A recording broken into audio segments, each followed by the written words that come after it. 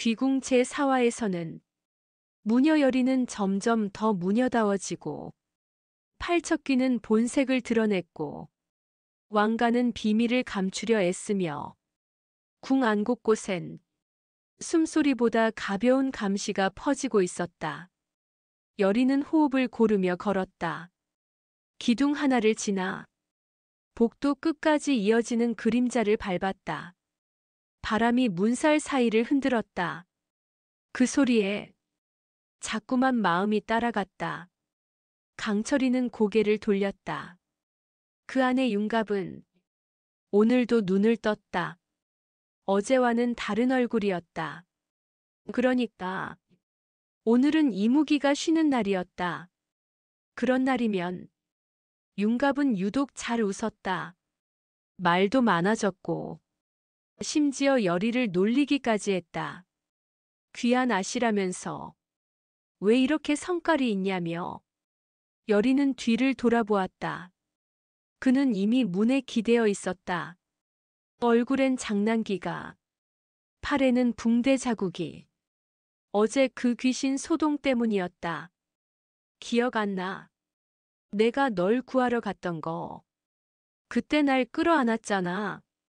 내가 아무 말 없이. 열이는 멈춰섰다. 그 말은 분명히 기억에 없었다. 그건 강철이의 몫일 가능성이 높았다. 윤갑은 미소를 지었다. 그러니까 너나 좋아하냐? 귀신은 아니고 내가 말이야.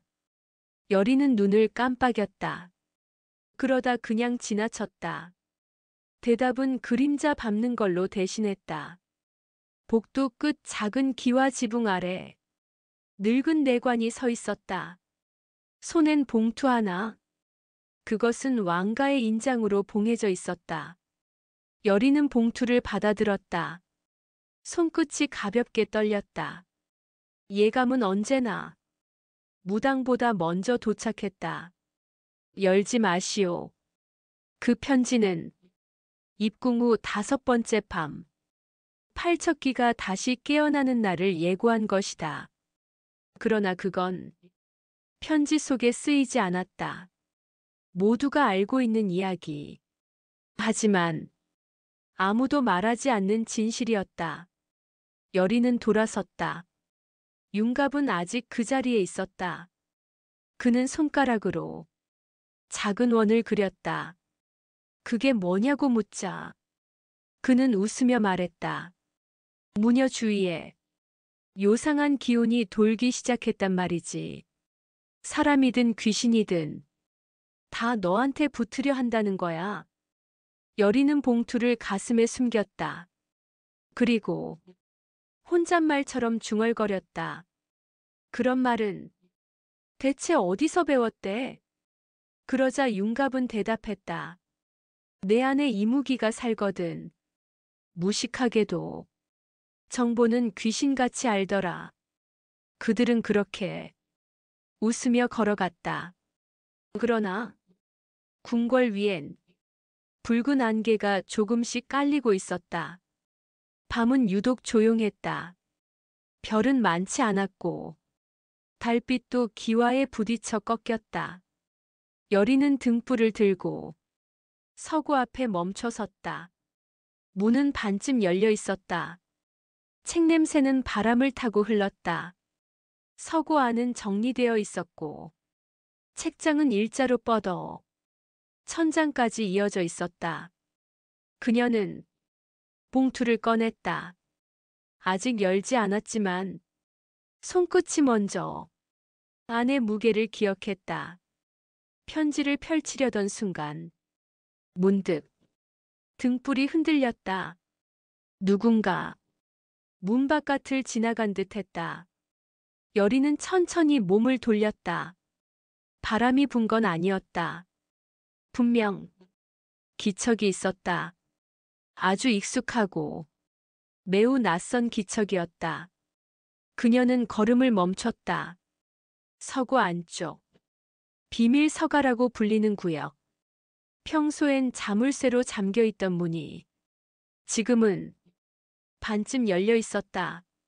조심스레 그곳으로 다가갔다. 안쪽엔 책 한 권이 열려 있었다. 종이 위엔 붉은 무늬가 그려져 있었다. 글자가 아니었다. 문장도 아니었다. 무늬는 사람의 눈처럼 생겨 있었다. 그때 어딘가에서 속삭임이 들렸다. 여리는 돌아보지 않았다. 귀는 목소리를 따라가지 않았다. 대신 심장이 먼저 반응했다. 봉투 안에 편지를 꺼냈다. 그 순간 그림자가 천장 위로 스며들었다. 눈이 보였다. 팔척귀였다. 그 형체는 분명 사람이었으나 어딘가 길었다. 그리고 휘어 있었다. 그림자는 여리의 발밑으로 번졌다. 그녀는 움직이지 않았다. 손에 든 편지가 천천히 구겨졌다. 그 순간 문이 벌컥 열렸다. 윤갑이었다. 아니, 강철이었다. 그는 손에 도장을 들고 있었다. 그리고 말했다. 이거 내가 찾는 거 아니야?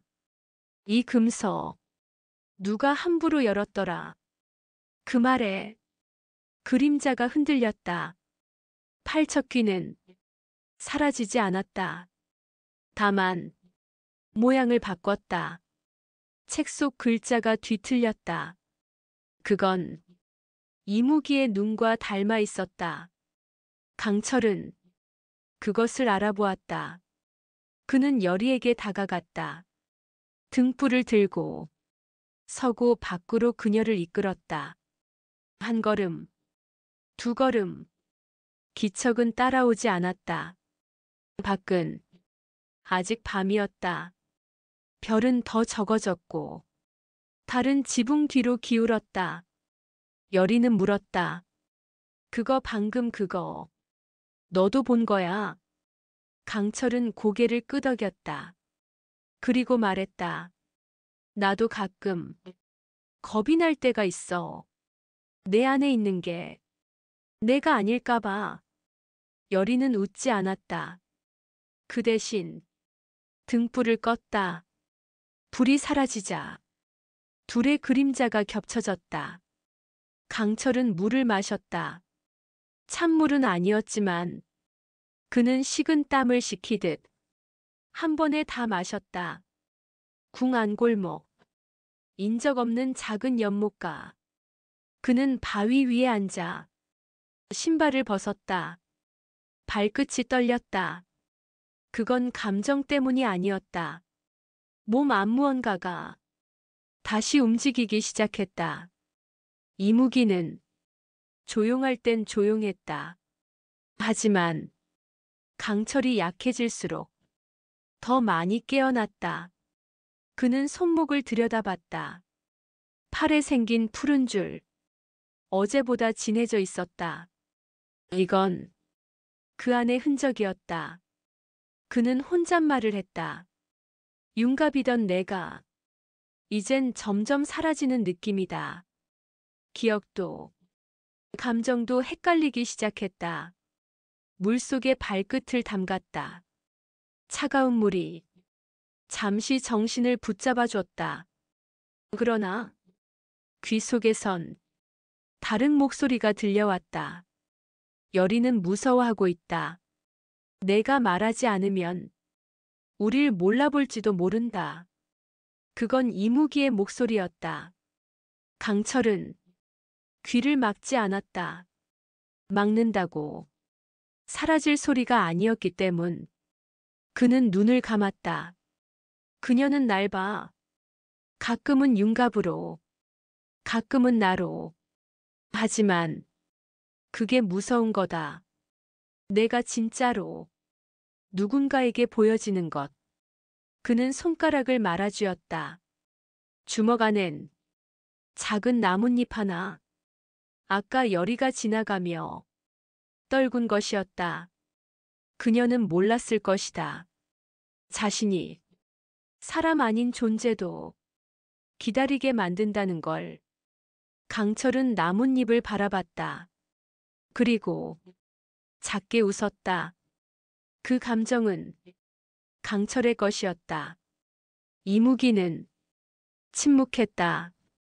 강철은 그걸 기회라 생각했다.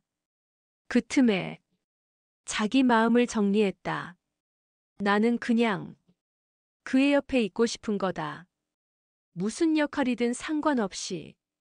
그건 욕심일까? 욕망일까? 아니면 아주 작은 바람일까? 그는 천천히 신발을 신었다. 물에서 나온 발끝은 조금 더 가벼워 보였다. 하늘은 아직 어두웠다. 강철은 일어섰다. 그리고 연못을 돌아 다시 궁 안으로 향했다. 발걸음은 느렸지만 그 안엔 확신이 있었다. 낮인데도 햇살은 닿지 않았다. 궁의 깊은 방, 커튼은 닫혀 있었고 여리는 그 안에 있었다. 혼자였다. 긴 자리에 앉아 앞에 놓인 찻잔을 바라봤다. 차는 식고 있었고 입은 열리지 않았다. 문 밖엔 중전의 시녀가 서 있었다. 그녀는 묻지 않았다. 그저 명령만 전했다. 중전마마께서 기다리십니다. 무녀 여리는 지금부터 왕실의 인도로 보호받게 됩니다. 보호라는 말은 언제나 묘했다. 감옥도 그럴듯한 문장을 입으면 궁이 되곤 했다. 여리는 말없이 따랐다. 기억보다 느린 발걸음. 복도 끝 왕실의 무녀들이 머물던 패전으로 향했다. 그곳은 비어 있었다. 사람도, 귀도, 기척도, 숨소리조차 사라진 공간이었다. 시녀는 방을 열고 안으로 여리를 들였다. 이곳이 앞으로의 거처입니다. 궁의 결계 안쪽이라 귀에 접근은 어렵습니다. 여리는 조용히 끄덕였다. 그러나 마음속에선 결계가 막는 게 사람일지 귀일지 헷갈리기 시작했다. 창문 너머 붉은 실처럼 늘어진 커튼. 그 속에서 뭔가가 살짝 움직였다. 여리는 눈을 떼지 않았다. 그 순간 방 안 조명이 깜빡였다. 기척은 없었다. 하지만 방금 전부터 등 뒤가 시렸다. 그녀는 편지를 꺼냈다. 아직 열지 않았던 팔척기와 관련된 그 봉투. 이제는 읽어야만 할 것 같았다. 봉투를 열자 안에는 짧은 문장 하나. 내가 기억하는 것보다 우린 오래 엮여 있었다. 그 말이 무슨 뜻인지 여리는 알 수 없었다. 그러나 팔이 떨렸다. 그 순간 문이 열렸다. 윤갑이 들어왔다. 아니, 강철이었다. 그는 옆에 앉았다. 뭐야? 왜 이렇게 어둡게 있어? 누가 보면 귀가 씨인 줄 알겠네. 여리는 웃지 않았다. 그냥 그에게 봉투를 건넸다. 그는 잠시 멈칫했다. 그리고 편지를 읽었다. 짧은 문장을 본 뒤 천천히 고개를 들었다. 표정은 생각보다 진지했다. 강철은 말했다. 이건 그냥 저주의 언어야. 내가 그걸 기억하게 만들기 위한. 여리는 물었다. 그럼 나는 뭐야? 무녀야? 아니면 그냥 지나가는 사람일 뿐이야. 강철은 대답하지 않았다. 대신 손을 내밀었다. 그녀의 손등을 감싸며 조용히 말했다. 궁은 널 가두려 해. 나는 그걸 못 보겠는 거야. 궁 안 깊은 전각은 어둡고 조용했다. 중전은 높은 자리에 앉아 있었다. 그 아래 여리가 무릎을 꿇고 있었다. 양옆으론 시녀들이 머리를 숙인 채 서 있었다. 바닥엔 그림자가 길게 늘어졌다. 불빛은 촛대 위에서 흔들리고 있었다. 중전의 손에는 작은 부채가 들려 있었다. 그 부채가 천천히 움직이고 있었다. 무녀 열이라 하였느냐? 중전의 목소리는 낮고 부드러웠다. 그러나 그 말에는 날이 숨어 있었다. 내가 본 것은 무엇이냐? 궁의 안쪽을 어떻게 보았느냐? 열이는 고개를 숙였다. 무슨 일이 있었는지 말하지 않으면 안 되는 순간이었다. 그녀는 조용히 말했다. 서고에서 붉은 글씨를 보았습니다. 중전은 고개를 기울였다. 그건 보지 않아야 할 것이었다. 너는 무녀이 돼. 아직 정식으로 이름을 올리지 않았다. 여리는 입술을 다물었다. 그녀는 말해야 했다. 그러나 무엇을 말해야 하는지는 아직 정해지지 않은 듯했다. 중전은 손짓을 했다. 시녀들이 나갔다. 방 안엔 두 사람만 남았다. 중전은 목소리를 낮췄다. 너를 궁에 둔 것은 왕가의 선택이 아니었다. 팔척귀의 기척이 내게만 닿는다는 말이 있었다. 여리는 놀라지 않았다. 이미 그 기척을 느낀 바 있었다. 중전은 계속 말했다. 그것이 진실이라면 넌 지금부터 우리의 검이 되어야 한다. 여리는 물었다. 검이라 하시면 무엇을 자르게 되는 겁니까? 중전은 웃지 않았다. 너를 이용하겠다는 뜻이다. 그러나 우리는 그것을 보호라고 부른다. 여리는 고개를 들었다. 눈빛은 흔들리지 않았다. 그럼 저를 보호하지 않으셔도 됩니다. 제가 알아서 하겠습니다. 그 말은 선을 긋는 선언이었다. 중전은 부채를 내려놓았다. 잠시 침묵이 흘렀다. 이무기는 어떤 얼굴이더냐? 그 질문은 느닷없었지만 의도는 명확했다. 여리는 대답하지 않았다. 그 안에 윤갑이 있었는지 강철이 있었는지 알 수 없었던 밤이었기 때문이었다. 중전은 고개를 끄덕였다.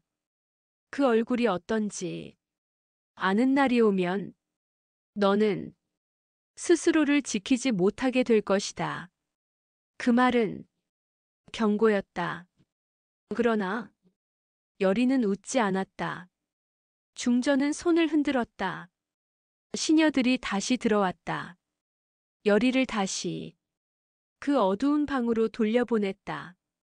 돌아가는 길, 여리는 창밖을 바라보았다. 그림자 하나가 지붕 위에서 움직이고 있었다. 그건 사람도 귀도 이무기도 아니었다. 그림자는 그녀의 걸음에 맞춰 조용히 따라오고 있었다. 그녀는 뒤를 돌아보지 않았다. 그림자는 그저 멀어지는 척했다. 서고는 고요했다. 사람의 그림자도 바람의 흔적도 기척 없는 공간에 강철만 혼자 있었다. 등불은 켜지지 않았다. 대신 그의 손에서 작은 불빛이 피어올랐다. 그건 이무기의 흔적이었다. 그는 책장을 밀었다. 금선은 그 자리에 그대로 있었다. 첫 장엔 붉은 선이 기억처럼 흔들리고 있었다. 그는 책을 펼쳤다.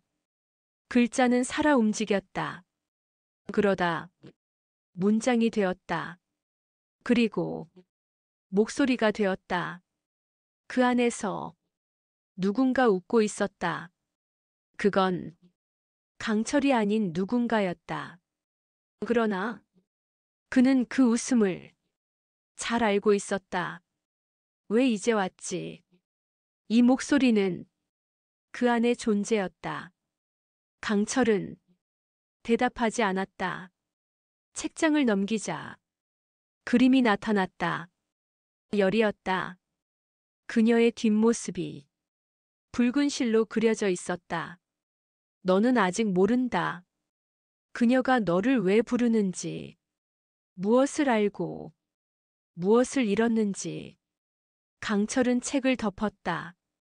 그러나 소리는 멈추지 않았다. 귀 안에서 피처럼 흐르던 말들. 그녀는 널 잊지 않았다. 그건 처음부터 정해진 일이었다. 우리가 다시 만나는 것도. 강철은 숨을 쉬었다. 한 번, 그리고 한 번 더. 심장이 작게 흔들렸다. 넌 누군가를 사랑한 적 있느냐? 그 물음은 대답보다 기억을 먼저 끌어냈다. 짧은 손길, 따뜻한 말투, 그리고 자신도 몰랐던 질투 같은 것들. 강철은 고개를 저었다. 이건 윤갑의 기억도, 이무기의 기억도 아닌 지금 이 몸의 감정이었다. 그는 말했다. 그녀는 누구도 사랑하지 않는다. 그녀는 그저 기억만 한다. 그러나 그 안의 목소리는 웃었다. 기억이 남는다는 건 사라지지 않았다는 뜻이지. 그걸 넌 모르지. 강철은 책을 다시 꺼냈다. 이번엔 글이 사라졌다. 대신 그녀의 이름이 한 줄 남아 있었다. 열이. 그 이름은 이무기도 지우지 못한 흔적이었다. 강철은 말했다. 난 이제 이 몸에서 너와 같이 살겠지만 마음을 같이 나누진 않을 거야. 그건 너한텐 주지 않겠어. 침묵이 흘렀다. 책은 닫혔고 등불은 꺼졌다. 서고엔 다시 아무도 없었다. 그러나 서가 바깥 어두운 기둥 뒤 누군가 작게 숨을 쉬고 있었다. 미자는 늘 서고를 지날 때 걸음을 늦추지 않았다. 그러나 오늘은 달랐다. 문이 반쯤 열려 있었고 바람이 안으로 흘렀다. 그녀는 문 옆 기둥에 섰다. 걸음도 기척도 숨조차 줄인 채 귀를 서고 안에 두었다. 들리는 건 목소리였다. 낯익었지만 언제나 다르게 들리는 그 목소리. 강철의 낮은 말. 미자는 숨을 멈췄다. 그는 말하고 있었다. 누군가와 혹은 자기 자신과. 나는 이제 이 몸에서 너와 같이 살겠다. 그러나 마음을 나누진 않겠다. 그 말은 누구에게도 들려선 안 되는 그런 종류의 문장이었다. 그녀는 의도를 생각했다. 열이에게 하는 말일까? 아니면 다른 누군가와 몸을 나눴다는 말일까? 그녀는 귀신이나 이무기에 대해 많이 알지 못했다. 그러나 사람 속에 다른 무언가가 있다는 말. 그건 더 이상 믿기 어렵지 않았다. 궁은 원래 믿기 어려운 일이 많은 곳이었다. 강철은 다시 말했다. 그녀는 누구도 사랑하지 않는다. 그녀는 기억만 하는 사람이다. 미자는 눈을 떴다. 그녀는 지금 자신이 엿듣고 있다는 사실을 깜빡 잊고 있었다. 숨이 들켰다. 그 순간 서고 안의 기척이 잠시 멈췄다. 그러나 문은 열리지 않았다. 미자는 조용히 물러났다. 기둥을 등지고 복도를 빠져나왔다. 서고를 지나 그림자가 닿지 않는 쪽으로 마음속에 한 문장이 맴돌았다. 사랑하지 않는다. 기억만 한다. 그녀는 스스로에게 말했다. 그럼 나는 어떤 사람이었던 걸까? 그녀에게 남은 그 기억들 중 하나일까? 복도 끝 시녀들이 서 있었다. 미자는 고개를 숙였다. 그리고 일상처럼 웃었다. 그러나 그날 밤 그녀는 잠들지 않았다. 창문을 두드리는 소리가 팔척귀였는지 자신의 마음이었는지 그녀는 알 수 없었다. 단 하나, 귀는 늘 문틈을 타고 사람 곁으로 들어온다는 것. 그 진실만은 또렷하게 느껴졌다. 불빛은 낮았고 길은 익숙하지 않았다. 여리는 등불 없이 걸었다. 기척이 앞서가고 있었다. 밤은 아니었지만 햇살은 닿지 않았다. 궁의 북편, 닫힌 전각 사이 작은 문이 열려 있었다. 그 문을 지나자 계단이 나타났다. 돌로 된 벽과 흙냄새, 그리고 내려가는 길, 기억에는 없었다. 그러나 발은 익숙했다. 내려갈수록 기척이 또렷해졌다. 아직 말은 없었지만 그건 누군가의 손짓 같았다. 한 걸음 더, 한 걸음만 더. 기억의 어귀에 짧은 그림자가 있었다. 아주 오래전, 아주 가까이 무언가가 기다리고 있었다. 돌 계단 끝 나무 문이 있었다. 열쇠는 없었다. 그러나 밀자 열렸다. 안은 넓었다. 지하라는 말이 무색할 만큼 천장은 높았고 공기는 서늘했다. 천장의 구조가 마치 궁의 중심처럼 생겨 있었다. 그러나 여기엔 사람이 없었다. 대신 무언가가 숨을 쉬고 있었다. 그건 바람이 아니었다. 여리는 문을 닫지 않았다. 등불 대신 벽에 불꽃이 일어났다. 기척이 앞서서 안내하고 있었다. 그녀는 기억을 더듬듯 걸었다. 벽엔 그림이 그려져 있었다. 사람도 귀도 아닌 무언가의 형상. 그 형상들은 모두 눈을 감고 있었다. 그러나 하나만 눈을 뜨고 있었다. 그 눈은 붉었다. 지금까지 본 팔척귀의 기운과 닮아 있었다. 여리는 손을 뻗었다. 그 순간 그림 속 눈이 살아 움직였다. 소리 없이 입이 열렸다.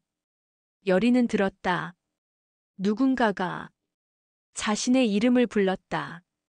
그건 바람도 사람도 아니었다. 기억 속 잊혀진 순간 그 목소리, 그때 그 아이, 혼자 남겨졌던 아이. 그건 자신이었다. 그때의 여리가 지금의 여리를 부르고 있었다. 그녀는 무릎을 꿇었다. 손에 힘이 풀렸다. 등 뒤로 무언가가 스쳐갔다.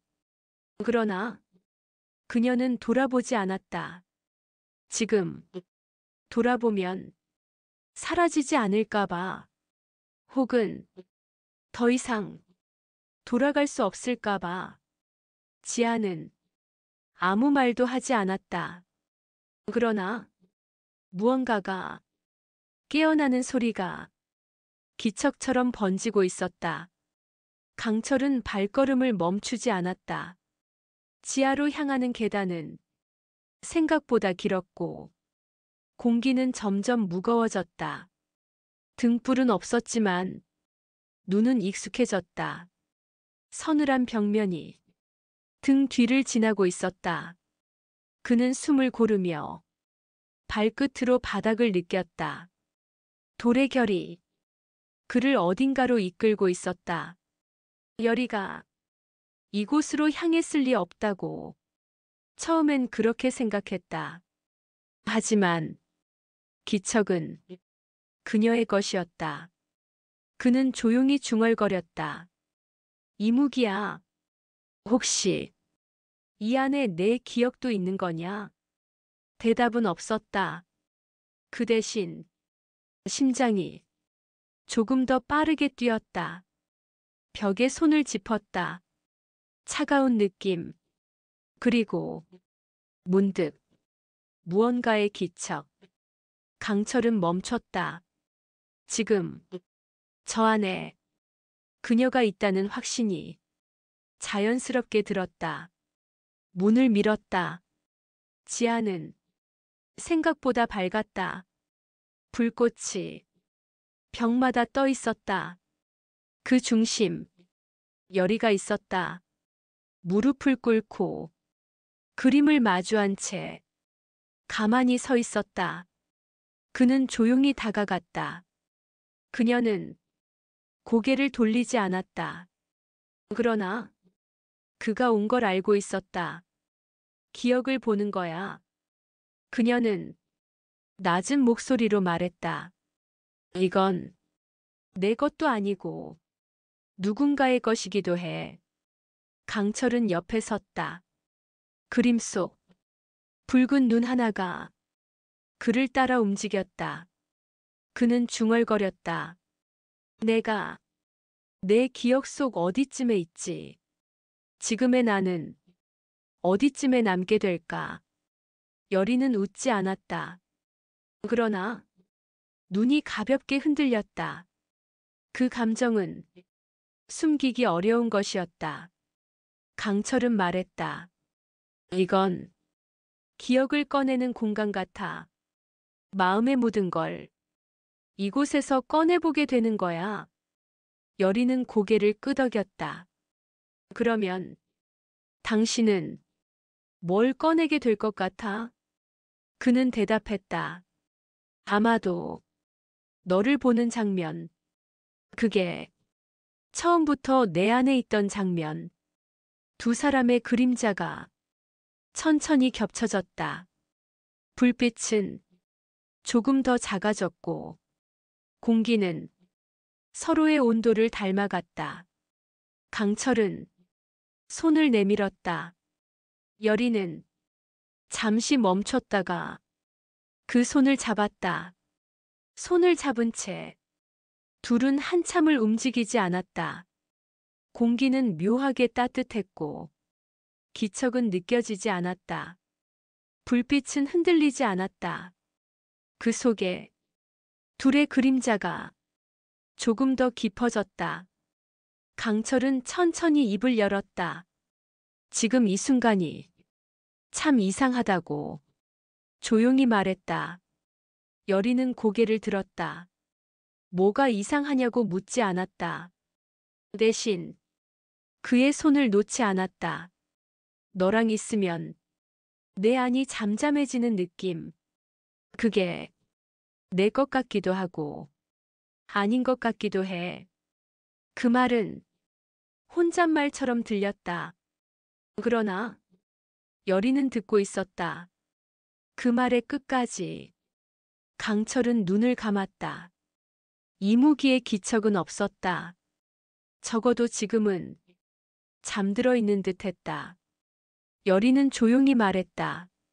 내 안에도 가끔 다른 무언가가 있어. 내가 나를 다 믿지 못할 때가 있어. 그건 강철도 마찬가지였다. 그래서 그녀를 더 이해하게 되는 순간이었다. 불빛은 천천히 낮아지고 있었다. 바닥의 문양이 점점 사라지고 있었다. 그러나 그 순간 기척이 돌아왔다. 차갑고 길게 천장에서 무언가가 스며들었다. 강철은 몸을 돌렸다. 여리는 그대로 강철의 손을 잡고 있었다. 그림자 하나가 불빛을 가렸다. 그림자는 말을 하지 않았다. 그저 천장 끝에서 그들을 내려다보고 있었다. 강철은 말했다.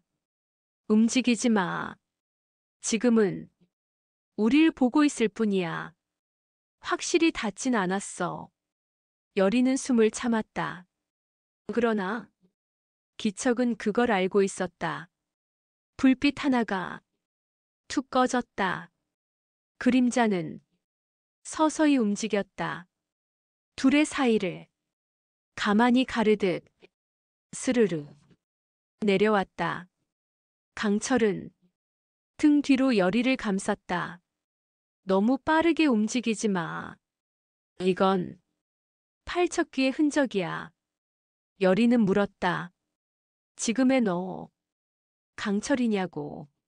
아니면 그 안에 누구냐고.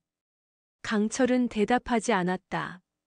대신 그녀의 이마를 감쌌다. 손끝에서 작은 빛이 피어올랐다. 그 순간 그림자가 멈췄다. 빛은 기척을 밀어냈고 기척은 서서히 벽 속으로 사라졌다. 그러나 둘은 알았다. 기척은 떠나지 않았다. 그저 기억하고 있을 뿐이었다. 궁의 지붕은 낮고 길었다. 밤이면 그림자가 기와 위를 기어다녔다. 그림자는 사람보다 조용했다. 높은 누각 위, 검은 옷을 입은 자가 있었다. 얼굴은 가려졌고 눈만 궁 안을 바라보고 있었다. 그는 말하지 않았다. 그저 움직임을 기록하듯 손가락으로 작은 부적을 그렸다. 그 부적은 불에 타지도 않았고 흐르지도 않았다. 그것은 지켜보는 이의 표식이었다. 서고 아래 지하 공간에 빛이 꺼졌다 켜졌다. 두 그림자가 겹쳐졌다 흩어졌다. 지켜보는 자는 고개를 기울였다. 그 안에 귀의 기척도 사람의 기척도 함께 있었다. 그는 중얼거렸다. 무녀의 기운이 점점 또렷해지고 있다. 그리고 그를 따라 움직이기 시작했다. 궁 바깥엔 새벽 안개가 내리고 있었다. 누군가는 잠들었고 누군가는 눈을 뜨고 있었다. 그 사이 중전은 침소에 앉아 있었다. 손에 찻잔을 들고 혼자 불을 바라보고 있었다. 그녀는 묻지 않았다. 다만 한 사람의 이름을 마음속에 떠올리고 있었다. 열이. 그 아이가 예언보다 더 빠르게 무언가를 깨닫기 시작한 것이다. 중전은 시녀를 불렀다. 방 안엔 작은 발소리가 퍼졌다. 시녀는 고개를 숙였다. 명 받들겠습니다. 그 말만 남겼다. 중전은 명확히 말했다. 감시를 줄여라. 궁이 너무 조용해지면 귀보다 사람이 먼저 깨어나게 된다. 시녀는 물었다. 그럼 그 아이를 풀어놓으시겠다는 뜻입니까? 중전은 대답하지 않았다. 다만 찻잔을 내려놓았다. 그 소리는 방 안에 작게 울렸다. 누각위, 검은 자는 그 움직임까지 듣고 있었다. 그는 고개를 들었다. 하늘은 아직 어두웠다. 그러나 그 어둠 속에 하나의 눈이 떠 있었다. 그것은 사람의 것도 귀의 것도 아니었다. 지하의 문은 아무 말 없이 닫혔다. 불빛은 꺼졌고 기척도 사라졌다. 남은 것은 서로의 손끝 온기. 강철은 먼저 계단을 올랐다. 여리는 그의 뒤를 따라갔다. 계단은 조용했고 발소리도 작아졌다. 위로 올라갈수록 공기는 다시 가벼워졌다. 햇살은 없었지만 안개는 걷히기 시작했다. 입구 쪽 문이 열렸다. 바깥 바람이 조용히 안으로 밀려왔다. 그 바람이 둘 사이를 스쳤다. 강철은 문을 붙잡았다. 여리가 먼저 나왔다. 그는 조용히 그녀의 옷깃을 다듬어 주었다. 손끝이 살짝 닿았지만 여리는 피하지 않았다. 그 감정이 조용히 머물렀다. 밖은 아직 흐렸다. 기와 위엔 물방울이 맺혀 있었다. 한 줄기 빛이 그 위로 지나갔다. 강철은 말했다. 무서웠지. 아까 거기서 내가 내 앞에 있지 않았으면 어땠을까? 여리는 고개를 저었다. 그 말은 고맙다는 말보다 더 오래 남았다. 둘은 천천히 걸었다. 궁의 한복판, 아직 닿지 않은 일상 쪽으로 향했다. 누군가는 창밖에서 그들을 지켜보고 있었다. 그러나 그 시선마저 지금은 묻혀 있었다. 강철은 입을 열었다. 너는 늘 이렇게 조용해. 근데 조용한 말이 나한텐 오래 남더라. 여리는 웃지 않았다. 그러나 눈이 가볍게 접혔다. 그건 강철에게는 웃음이었다. 그는 말했다. 다음에도 이상한 곳으로 가게 되면 내가 먼저 갈게. 너는 조금 늦게 따라와. 그 말은 다정했고 또 이상했다. 그러나 여리는 고개를 끄덕였다. 누각위, 바람이 흔들렸다. 누군가의 시선이 조금 더 깊어졌다. 그러나 그들은 몰랐다. 지금 감정이 움직이는 속도가 모두의 계획보다 조금 더 빠르다는 것을. 바닥은 반들거렸다. 등불은 낮게 깔렸고 방 안엔 3명의 여인이 조용히 앉아 있었다. 중전은 의자에 반쯤 기대어 있었다. 앞에는 무녀복을 입은 2 여인이 고개를 숙인 채 있었다. 이 방에서 나간 자가 아직 1명 있다. 그 아이가 예언서를 보기 전까지 기억은 잠들어 있어야 했다. 중전의 말은 명확하지 않았지만 의도는 분명했다. 그 아이가 선을 넘기 전에 묶어둬야 한다. 무녀단의 수장은 손에 작은 종이를 들었다. 종이는 여리의 혈족 기록이었다. 그 중간쯤 지워진 문장이 있었다. 그 문장은 다시 드러나기 시작했다. 팔척기와 연결된 핏줄이 예상보다 가까이 있었다. 중전은 고개를 끄덕였다. 그래서 그 아이를 궁에서 빼야 한다는 의견이 나오고 있는 것이다. 다른 무녀가 말했다. 지금은 그 아이가 이무기의 정기를 억누르고 있다. 그 말은 강철이 아니라 그 안의 존재가 점점 더 깊이 들어가고 있다는 암시처럼 들렸다. 중전은 조용히 물었다. 그 아이가 그 남자에게 정이 가는 것 같으냐? 2 무녀는 대답하지 않았다. 그러나 눈을 피하지도 않았다. 그 말은 이미 알고 있는 사실이었다. 정은 귀보다 무섭다. 예언보다 더 빨리 움직인다. 우리가 예측할 수 없기 때문이다. 중전은 찻잔을 내려놓았다. 그 소리는 방 안에 잠시 울렸다. 여인의 감정이 그 찬물 속에서 식어가고 있었다. 우린 그 아이를 잃을 수도 있다. 그 말을 중전은 속삭이듯 말했다. 그러나 누구보다 명확하게 들렸다. 지금부터 무녀 여리는 무녀가 아니다. 그저 궁을 통과한 한 아이일 뿐이다. 그 말을 따라 기록은 다시 작성되었다. 기억도 이름도 지워진 문장으로 바뀌었다. 불빛 아래 종이의 결이 다르게 떨렸다. 그 속엔 여리의 예전 얼굴이 어렴풋이 남아 있었다. 강철은 창가에 서 있었다. 바람은 잦았고 기척도 희미했다. 그러나 그는 알고 있었다. 누군가 자신을 지켜보고 있었다. 하루 이틀의 일이 아니었다. 기척은 늘 뒤에 붙어 있었다. 그는 창을 열지 않았다. 대신 등을 돌려 천천히 방을 걸었다. 방 안 거울이 있었다. 그 거울 너머 문틀 위 그림자가 살짝 흔들렸다. 그건 사람의 그림자였다. 귀의 기척은 이토록 무게가 없진 않았다. 강철은 웃지 않았다. 대신 문 쪽으로 다가갔다. 문은 소리 없이 열렸다. 밖엔 아무도 없었다. 그러나 걸음소리가 저편으로 사라지고 있었다. 그는 뒤를 좇지 않았다. 대신 책상 위에 있던 작은 부적을 꺼냈다. 그건 열이가 준 것이었다. 그는 부적을 들고 침상 아래를 열었다. 돌판이 드러났고 그 아래 낡은 상자 하나가 있었다. 상자 안 2개의 물건이 있었다. 하나는 이무기 봉인의 조각, 다른 하나는 윤갑의 마지막 일기장. 그는 그 일기를 꺼냈다. 첫 장엔 자신의 글씨가 없었다. 그 대신 짧은 문장 하나가 새겨져 있었다. 나는 이 몸을 내어주기로 한다. 누구를 위함도 나를 위함도 아니다. 그건 이무기의 기억이 윤갑 안에서 떠오르기 전의 기록이었다. 강철은 손끝으로 그 문장을 짚었다. 그리고 새 문장을 써내려갔다. 지금부터 감시는 무의미하다. 나는 모든 걸 알고 있다. 그들은 이미 늦었다. 그는 상자를 다시 닫았다. 그리고 천천히 방을 나섰다. 누군가 복도 끝에서 그의 그림자를 지켜보고 있었다. 강철은 고개만 돌렸다. 두 눈이 마주쳤다. 그는 웃지 않았다. 다만 천천히 고개를 끄덕였다.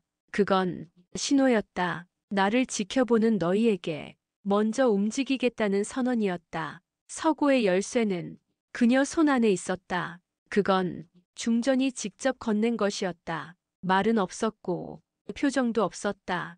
그러나 그녀는 알았다. 이 문을 다시 여는 것이 모두의 뜻은 아니란 걸. 문은 무겁지 않았다. 밀자 가볍게 열렸다. 그러나 그 안의 공기는 더욱 무거워져 있었다. 열이는 등불 없이 들어갔다. 벽에 붙은 불꽃이 저절로 켜졌다. 기척은 없었다. 기억만 천천히 피어났다. 책장은 어제와 같았다. 그림자, 금서, 붉은 눈, 그 모든 게 그대로 그 자리에 있었다. 그녀는 책을 펼쳤다. 글자는 흐릿했다. 그러나 손끝이 닿자 문장이 스며들었다. 너는 기억해야 한다. 잊은 것이 너를 따라올 테니까. 기억은 숨지 않는다. 그 문장을 읽자 눈앞이 흐려졌다. 공간이 뒤틀리고 불빛이 흔들렸다. 그러나 그녀는 책을 놓지 않았다. 어릴 적 기억이 떠올랐다. 울음, 불, 붉은 그림자, 그리고 자신의 손에 닿았던 이상한 문양. 그 문양이 책 속에도 있었다. 팔척귀의 인장. 그 문양이 자신과 같았다. 그녀는 뒤를 돌아봤다. 문은 닫혀 있었고 바람은 없었다. 그런데도 속삭임이 들렸다. 너는 처음부터 이 안에 있었지. 너는 우릴 보고 있었지. 그리고 기억하지 못했지.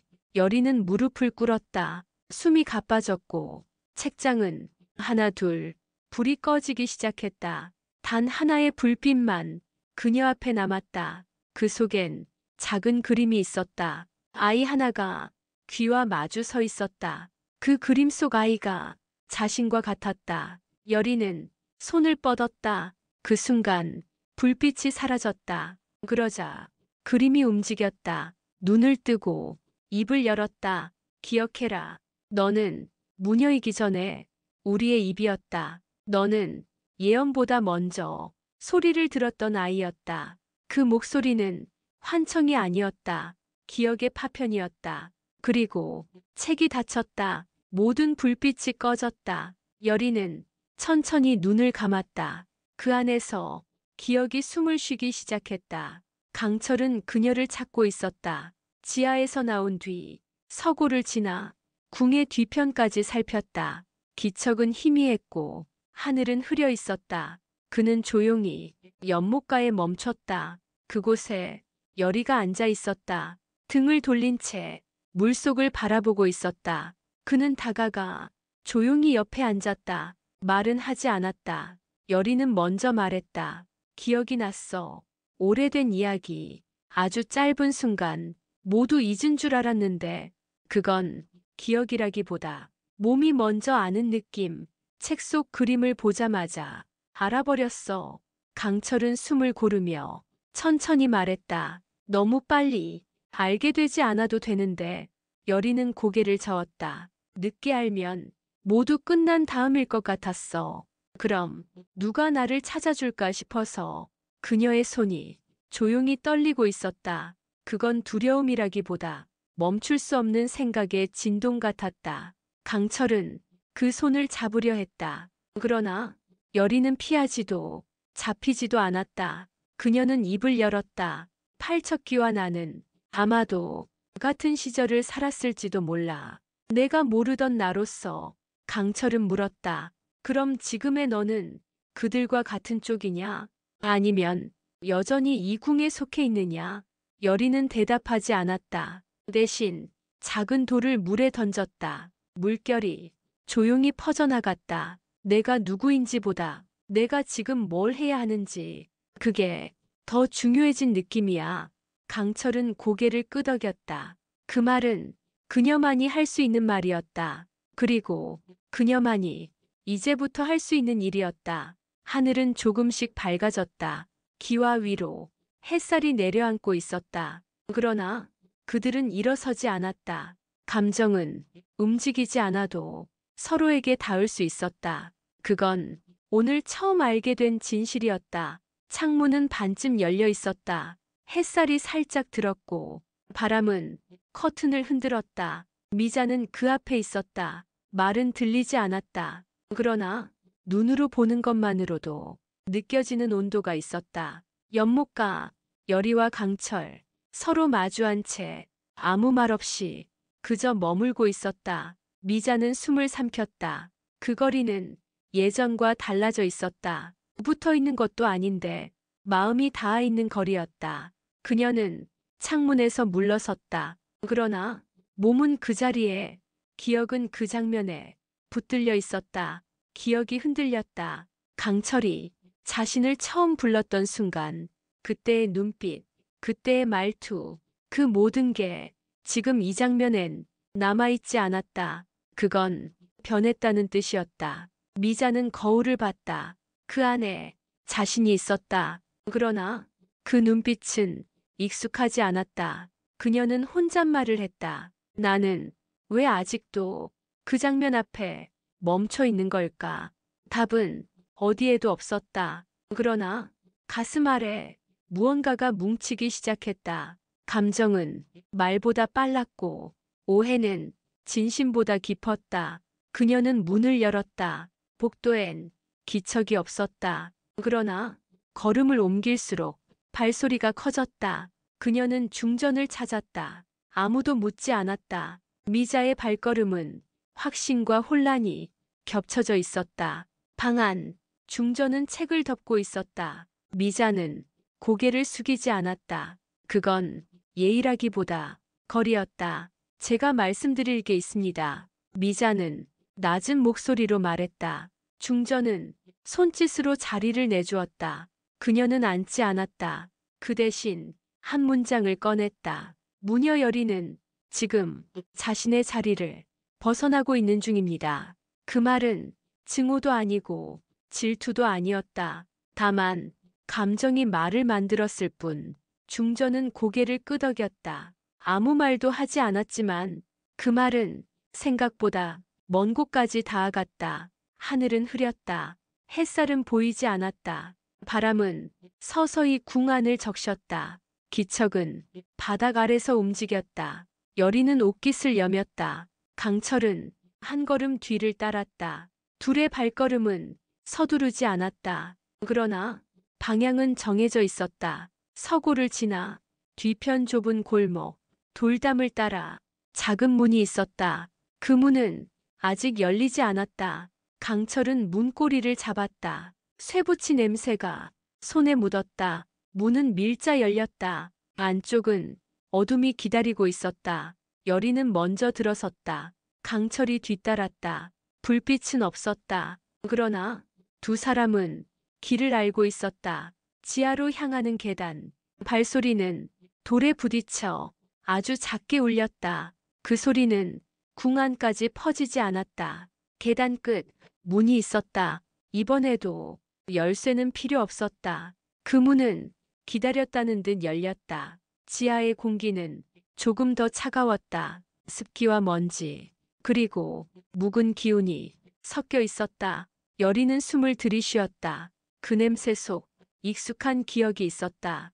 강철은 그 옆을 지켰다. 둘은 말을 하지 않았다. 이곳은 소리를 삼키는 공간이었다. 대신 걸음과 호흡으로 서로를 확인했다. 돌기둥이 보였다. 그 위엔 붉은 문양이 있었다. 팔척귀를 닮은 형상. 그러나 조금씩 다른 무늬. 강철은 손을 뻗었다. 그러나 그림은 사라지지 않았다. 대신 기척이 조금 더 선명해졌다. 여리는 문양을 바라봤다. 그리고 입을 열었다. 이건 나를 부르는 문장이야. 강철은 물었다. 확실하냐고. 여리는 고개를 끄덕였다. 이건 기억의 잔해 같다고. 두 사람은 그림을 따라 걸었다. 길은 점점 좁아졌고 공기는 무거워졌다. 그러나 발걸음은 멈추지 않았다. 지하 가장 깊은 곳, 문 하나가 있었다. 그 문은 아직 열리지 않았다. 그러나 이미 기척은 새어나오고 있었다. 여리는 문 앞에 섰다. 강철은 그녀 옆에 있었다. 문을 열기 전 둘은 서로를 바라봤다. 문은 닫혀 있었다. 그러나 기척은 이미 이곳까지 번지고 있었다.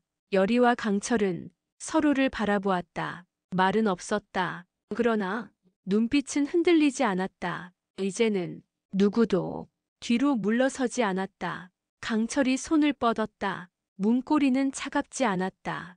오히려 기다리고 있던 것처럼 부드럽게 그 손을 받아주었다. 문이 열렸다. 기척이 밀려나왔다. 바람은 없었지만 공간 전체가 한순간 흔들리는 것 같았다. 안은 어두웠다. 그러나 눈은 익숙해졌다.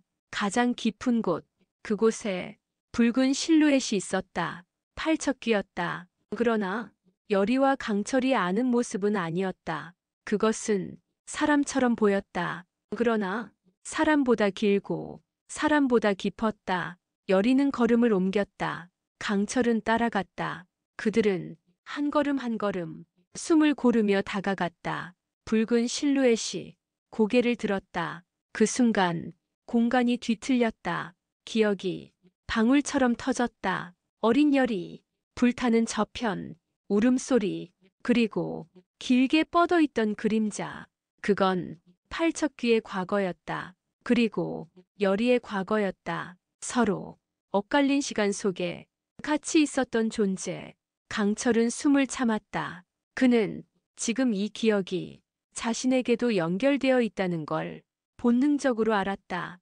여리는 입을 열었다. 너는 나를 기억하지. 나는 너를 모른 척했다. 그러나 이제는 기억났다. 팔척귀의 실루엣이 조용히 다가왔다. 그러나 손을 뻗지는 않았다. 그저 서서히 형체를 낮추었다. 강철은 느꼈다. 이건 위협이 아니었다. 그건 다시 연결되려는 움직임이었다. 여리는 눈을 감았다. 그리고 손을 내밀었다. 그 손끝이 붉은 기운에 닿았다. 그 순간 공간이 울렸다. 모든 소리가 잠시 멈췄다. 시간이 한 번 끊어졌다. 그리고 새로 이어졌다. 기억은 새로 꿰어졌다.